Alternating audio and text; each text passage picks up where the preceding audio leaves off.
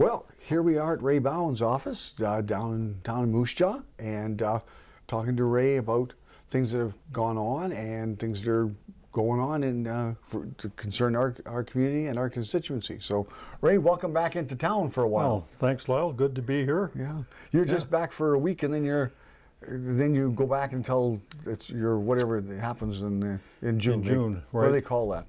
Well, they call this a constituency week, where you get a chance to work in the constituency, and that's what we've been doing since Monday. And we'll finish up some work here, and then on this coming Monday, catch the plane back to Ottawa. Yeah, and then that's your last block before you get to summer to...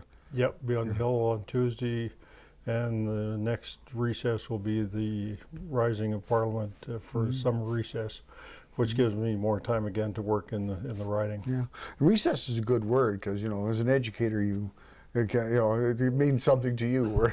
Yes. But which picks me up on the first point I was going to talk with you about, because I know you and I are in the same agreement about attack ads and that they are not a positive way to present one's position. Right. Yeah, your feelings are that you tell what you do well and talk about that, and you don't make somebody else less by putting them down in public. Yep. And so I was kind of shocked about 3 weeks ago now, when right after Justin Trudeau was elected the head of the Liberal Party, that they came out with attack ads, which that didn't shock me because that's what they do, and they seem to think they're effective with the constituencies of our country. But they said, how could he be the leader when he had been a wilderness instructor and a drama teacher? And I have to tell you, I took a little affront at that when I go like, what someone does for their life make them any better or worse as a political representative? I mean, you spent your whole career mostly in education. And it's just really was frustrating when you would have somebody challenge or try and criticize someone for what they did for a living. I found that was very badly chosen ad, and so I'm just venting a bit with you, and because I know you never have been one to support that kind of activity. But what's your take on that, Ray? Well, I think that they don't serve any real purpose, Lyle. I think we're much better off presenting the issues and the solutions to the issues that as a party we want to address, and let the other parties do whatever they're going to do.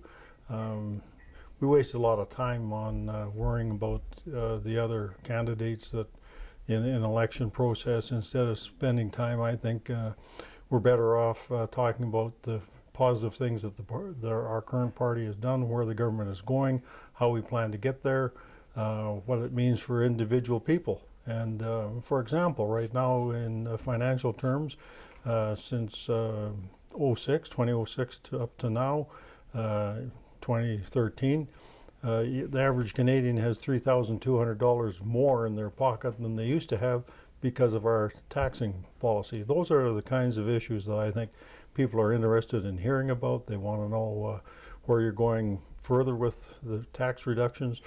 So there's many issues out there that need our attention. I don't think attack ads are one of those issues. No, thanks. I was kind of going like, someone who's been a teacher and for a long time, and I just went, thank you. You're really encouraging me to vote. Yeah. It doesn't do us any good, Lyle. No, agreed.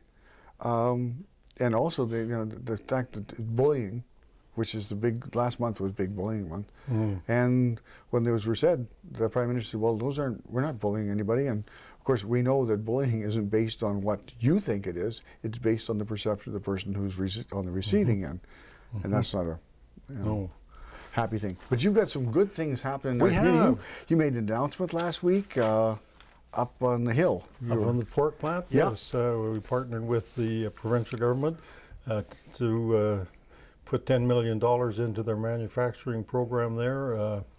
Those dollars will help them develop their marketing strategies, will help them put together packages for domestic consumption of their product. Right now, the total product that they produce is offshore. Yes, it's offshore. specialized. So, right. Yeah, and meats. we're talking to management up there. There's over 200 people working full time at that plant, Lyle. So it's a good addition to the employment opportunities found in the city, and we're glad to see them doing well. And another thing that Moose Jaw is kind of unique in Saskatchewan because we have no reserves near us. No. Which most other major centers have. In fact, Prince Albert is an urban reserve itself. But I understand you've made an address to that with the government about people who live off the reserve, which includes much of the population of Native people in Moose Jaw. Much of the budget, people are not aware of this because the opposition tends to dwell on some of the negative parts that they think are negative in the budget, but part of the budget earmarks a lot of dollars, in the millions of dollars, to help Aboriginal folks in training programs so they can fit into the job market found at Moose Jaw Pork Plant, or they can fit into the trades market and drywalling, carpentry, welding. You know, there's jobs where there's jobs there and need in our province.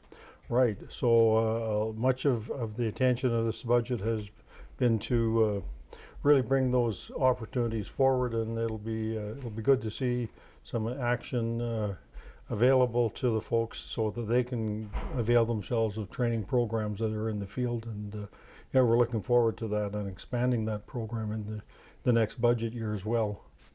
And so, and like our constituency here has had.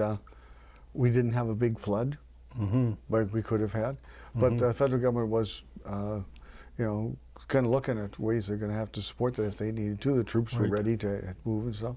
And troops, there's been some consideration given to veterans, and we're not talking World War II and Korean veterans exactly, but people from Afghanistan or Bosnia, and you've increased the amount of money somehow for them? Right. We have veterans that have served our country in, as you said, particularly Afghanistan. There's some additional benefits coming into the veterans, and it'll transfer into all veteran activities, so that their time in Afghanistan really becomes time similar to World War II, World War I, Korea, other conflicts as a country that we've been involved in. So that's good news for the veterans, and we're pleased to see that there's some additional funds coming there, and we're pushing hard for a private members bill to look at recognition of folks that fought in Afghanistan, and hopefully we'll have some news on that before we break for summer. So stay tuned. All right. Okay. All right. So what's going to happen when you go back to Ottawa? What things are going to happen in the next 3 weeks? Well, one of the things that we're looking at is foreign workers program. Yeah. Thanks to the Royal Bank, you've got a chance to do that. The Royal Bank got ahead of the curve, that's for sure. So that whole temporary workers program is under review. In fact, this past week I was with Minister from Tourism and Small Business, Max Bernier, and we had our minister, our parliamentary secretary, come through town from Human Resources. So both ministers were looking at the whole issue of how do you square the circle. You know, there's Canadians looking for work, and are we out of our tree here and bringing people from offshore to do that work rather than working with Canadians? And part of our problem, Lyle, is that the concentration of people that are looking for work live in Eastern Canada, and the work is found in Western Canada.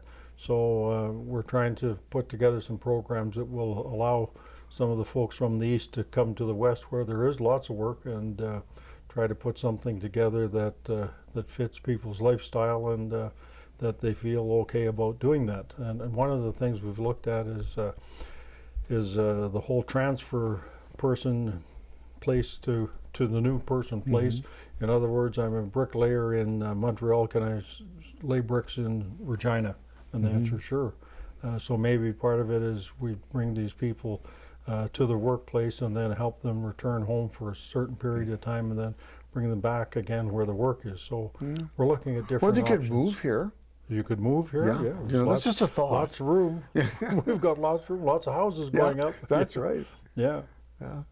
So we're down to our last 3 minutes already. Now, in the summer, you've got plans, of course, to get out to visit the constituency. Any plans or events that you're looking forward to working on to happen, or the things that are going to be focuses for you for the summer? Well, mostly what we'll do is Joe will contact the various towns, Pence, Rollo, Wilcox, other communities in the riding to look at times where we can meet with the mayor, Reeve, or council, or people of the community. We try to make ourselves available throughout the riding during the month of July and into August, and so we'll again do that. We'll look at some fun times with our family barbecue that we'll stage down in Waccamaw Valley. By the time we finish the visits to the communities and a little fun filled action, it'll be time to go back to Ottawa. Yeah. Family holiday maybe? Yeah, we're looking to spend some time with some of our kinfolk. Yeah. There's no threat of the ice hockey. No, I don't think so. Yeah, there was no other contest that you have with the boys, like swimming across the lake or something like that. No. The dugout, Yeah, we're trying to put a hold on that. All right. Well, Ray, thanks for taking time to talk to us today. Well, and if people want to get a hold of Ray, you can call the office here, 691-3577, and. Of course, you're available on the internet too, but a lot of people still like to use the phone because Joe's Already got Joe Overby. Joe's done a ton of work, Lyle, on our expo. This June 8th is again. It's on. We're going to hold it at Timothy Eaton Gardens.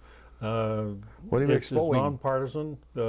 Your admission is walking through the door. That's all that the charge is, and we'll be supplying a sandwich and soup lunch for folks at the end of the expo. So we're looking forward to a good turnout. We've enjoyed people coming the last couple of years, and we're looking forward to another good turnout because it'll be of interest to the seniors. Okay, what is the expo's theme? Well, the themes we're looking at the end of life. There will be some discussion on that. We're looking at different options for people to be involved in terms of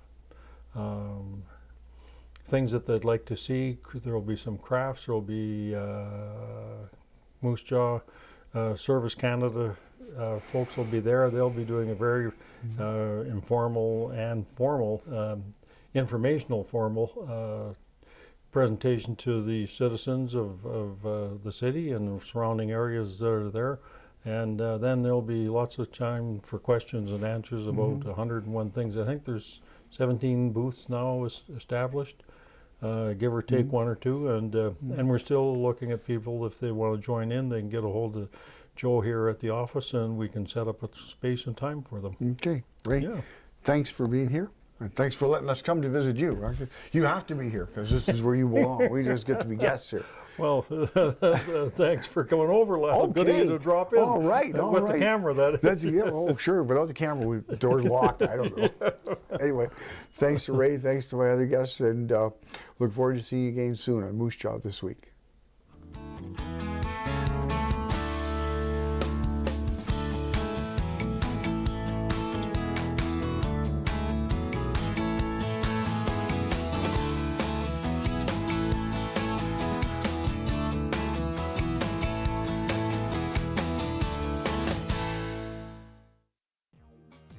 The opinions expressed on the program you have just watched are not necessarily those of Shaw Cable Systems or of this station.